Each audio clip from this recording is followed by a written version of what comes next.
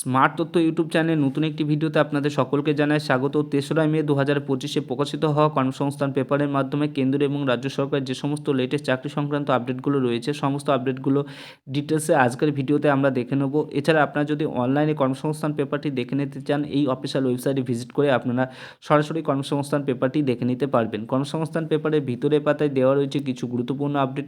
আশাকর্মী নিয়োগ করা হচ্ছে, 32 জন আশাকর্মী নিয়োগ করা হচ্ছে বীরভূম ডিস্ট্রিক্টে। এই নিয়ে একটি ডিটেলস ভিডিও অলরেডি এই চ্যানেলে পাবলিশ করা রয়েছে, সেখান থেকে কিন্তু আপনারা দেখে নিতে পারবেন, বা ভিডিও ডেসক্রিপশন বক্সের লিঙ্কটি দেওয়া থাকবে, সেখান থেকে দেখে নেবেন।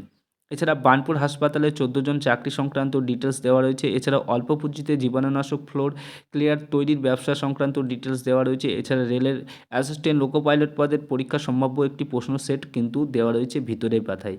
আপনারা যদি এখনও কর্মসংস্থান পেপারটি সংগ্রহ করে না থাকেন, অবশ্যই কর্মসংস্থান পেপারটি সংগ্রহ করে নেবেন, মূল্য মাত্র 5 টাকা। এছাড়া কর্মসংস্থান পেপারের ফ্রন্ট পেজে দেওয়া রয়েছে ইন্ডিয়ান অয়েলে 1770 জন অ্যাপ্রেন্টিস নিয়োগ করা হচ্ছে। এখানে পশ্চিমবঙ্গ সহ বিভিন্ন রাজ্যের বাসিন্দা আবেদন করতে পারবেন, ছেলেমেয়ে সকলে আবেদনের যোগ্য। এখানে কারা কোন ট্রেডের জন্য যোগ্য অবশ্যই কর্মসংস্থান পেপারে ডিটেলস দেওয়া রয়েছে, সেখান থেকে কর্মসংস্থান পেপারটি সংগ্রহ করে আপনারা দেখে নেবেন। এছাড়া 2025 সাল থেকে ডব্লিউবিসিএস পরীক্ষার সিলেবাস বদলাচ্ছে, এই সংক্রান্ত একটি নোটিফিকেশন কিন্তু পাবলিক সার্ভিস কমিশনের পক্ষ থেকে 25শে এপ্রিল প্রকাশিত করা হয়েছে। এছাড়া কেন্দ্রীয় সংস্থায় 114 জন এক্সিকিউটিভ ট্রেনিং দিয়ে নিয়োগ করা হচ্ছে। সিভিল ইঞ্জিনিয়ার সহ বিভিন্ন কোর্সে কিন্তু আপনারা ট্রেনিং দিয়ে চাকরির সুযোগ কিন্তু আপনাদের রয়েছে। 14টি শূন্য পদের জন্য অ্যাপ্লাই করতে চাইলে কী শিক্ষাগত যোগ্যতার প্রয়োজন, বয়স কত হতে হবে, সমস্ত কিছু কিন্তু কর্মসংস্থান পেপারে আপনারা পেয়ে যাবেন। আপনারা যারা সেনাবাহিনীতে চাকরির জন্য প্রস্তুতি নিচ্ছেন, তাদের জন্য বিশাল বড় একটি সুখবর কিন্তু কর্মসংস্থান পেপারের মাধ্যমে আমি আপনাদের দিতে চলেছি।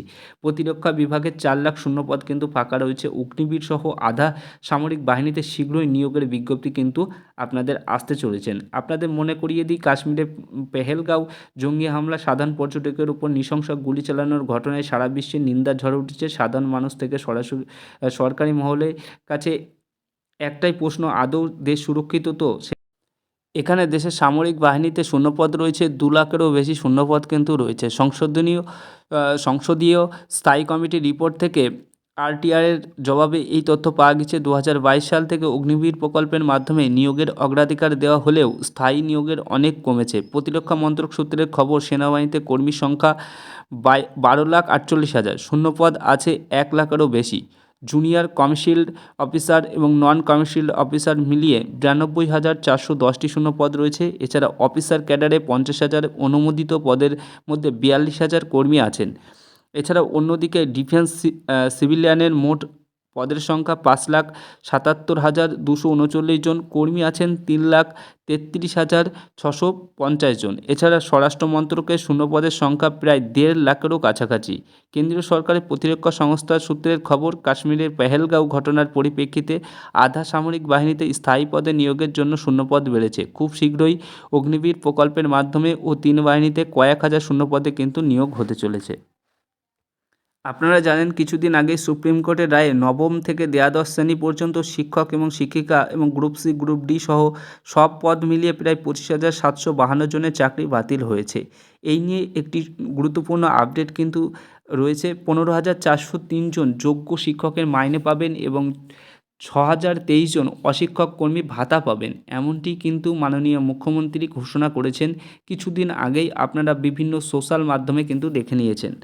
এছাড়া আইটিআই ও পলিটেকনিক্যাল কোর্সে ভর্তি চলছে। এখানে আইটিআই পাস কোর্স করতে থাকলে অবশ্যই এখানে আপনাকে মাধ্যমিক পাস এবং 8 পাস যোগ্যতায় কিন্তু ফর্ম ফিল আপ করতে পারবেন। পশ্চিমবঙ্গের 121টি আইটিআই সেন্টারে কিন্তু আপনি ফর্ম ফিল আপ করতে পারবেন। এছাড়া পলিটেকনিক্যাল ডিপ্লোমা ইঞ্জিনিয়ার কোর্সে কিন্তু ভর্তি চলছে। কলকাতা ও হায়দ্রাবাদে 40,122 জন আইটি সেলস পার্সন নিয়োগ করা হচ্ছে।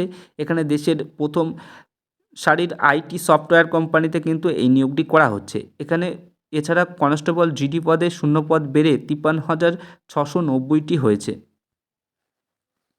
এসএসসি জিডির মাধ্যমে কিন্তু বিভিন্ন ডিপার্টমেন্টে কিন্তু আপনাদের নিয়োগ করা হয়ে থাকে। 2025 সালে পরীক্ষার শূন্যপদ ছিল কিন্তু তখন 39,481টি, সেই শূন্যপদ বেড়ে এখন হয়েছে 53,690টি।